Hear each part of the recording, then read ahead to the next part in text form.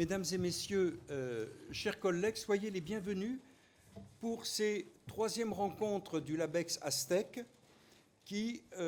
prennent la suite des deux premières rencontres, lesquelles se sont tenues à l'École supérieure de commerce de Paris la première fois, l'année dernière à l'Université Paris 1 en Sorbonne dans l'amphithéâtre Louis Liard, et cette année, nous sommes accueillis dans le cadre d'une sorte de partenariat par l'Institut d'études avancées de Paris,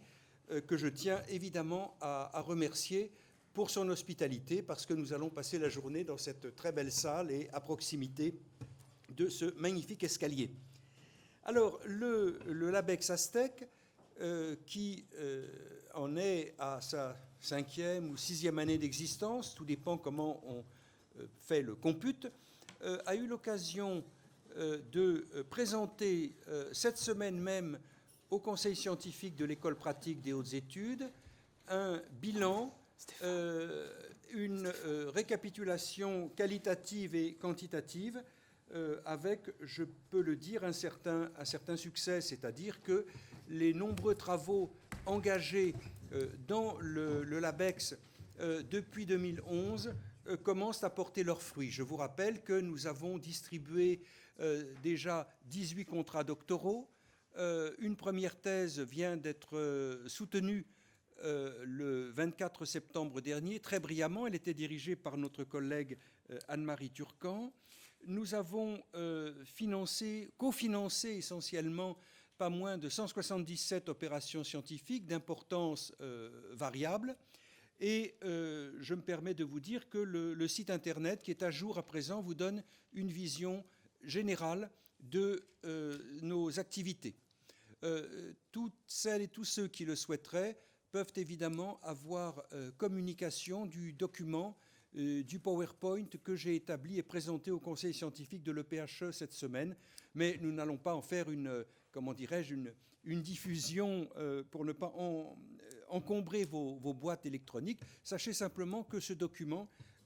qui décrit à la fois notre fonctionnement, nos choix en faveur des doctorants et des jeunes chercheurs, et également la logique des opérations scientifiques, est à votre disposition. Alors, puisque nous avons nous avons commencé à présent, je dirais, la deuxième phase, je vous rappelle la chronologie du LabEx. Notre financement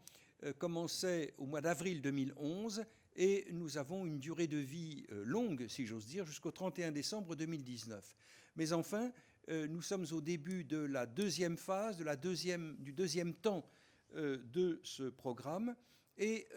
il était opportun de présenter des bilans, d'opérer une restitution d'un certain nombre d'opérations, et notamment des opérations pluriannuelles, puisque ce qui caractérise en propre le LabEx, c'est, par-delà des opérations ponctuelles, parfois extrêmement importantes et intéressantes, le fait que les collaborations qui se sont nouées entre les équipes ont permis l'élaboration et le maintien dans la durée d'opérations pluriannuelles. Alors, là, le programme de la journée est ainsi conçu. Nous avons demandé à plusieurs collègues de présenter dans la séance du matin, donc qui va commencer dans quelques instants, qui durera jusqu'à 12h30 ou un petit peu au-delà, un certain nombre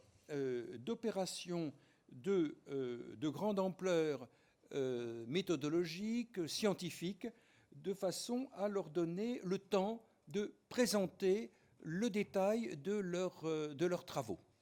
Et le choix s'est porté sur essentiellement des opérations qui ont la particularité de réaliser le projet Aztec, c'est-à-dire de nouer fortement une recherche sur des types de savoirs ou de croyances, et d'autre part les techniques, les technologies, les nouvelles technologies qui, vous le savez, ont la particularité dans la période scientifique actuelle à la fois de construire de nouveaux objets, de réunir des corpus d'une manière tout à fait novatrice,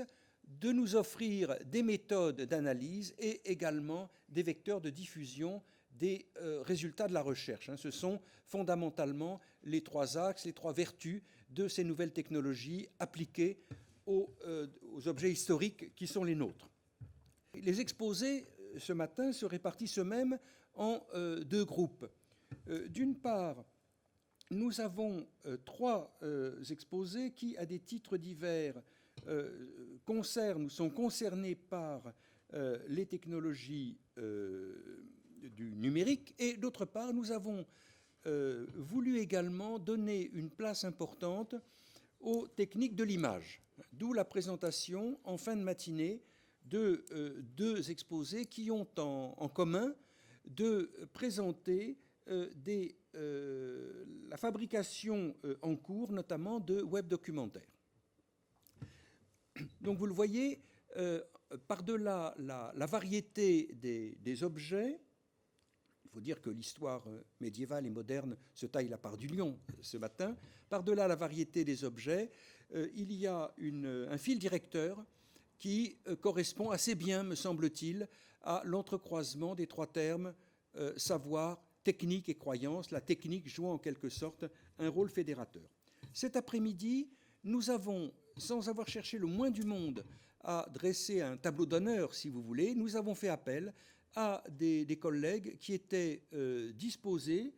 sur la base d'opérations pluriannuelles, à présenter de manière un peu plus rapide, si vous voulez, les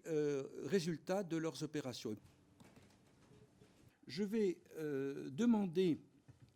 à nos collègues Thierry Coimet et Stéphane Lamassé de nous présenter l'un des projets phares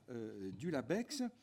qui est le projet Studium Parisiense, dont, vous le savez, l'idée générale est celle d'un répertoire, d'un dictionnaire général des acteurs de l'Université de Paris au Moyen Âge et à l'époque moderne.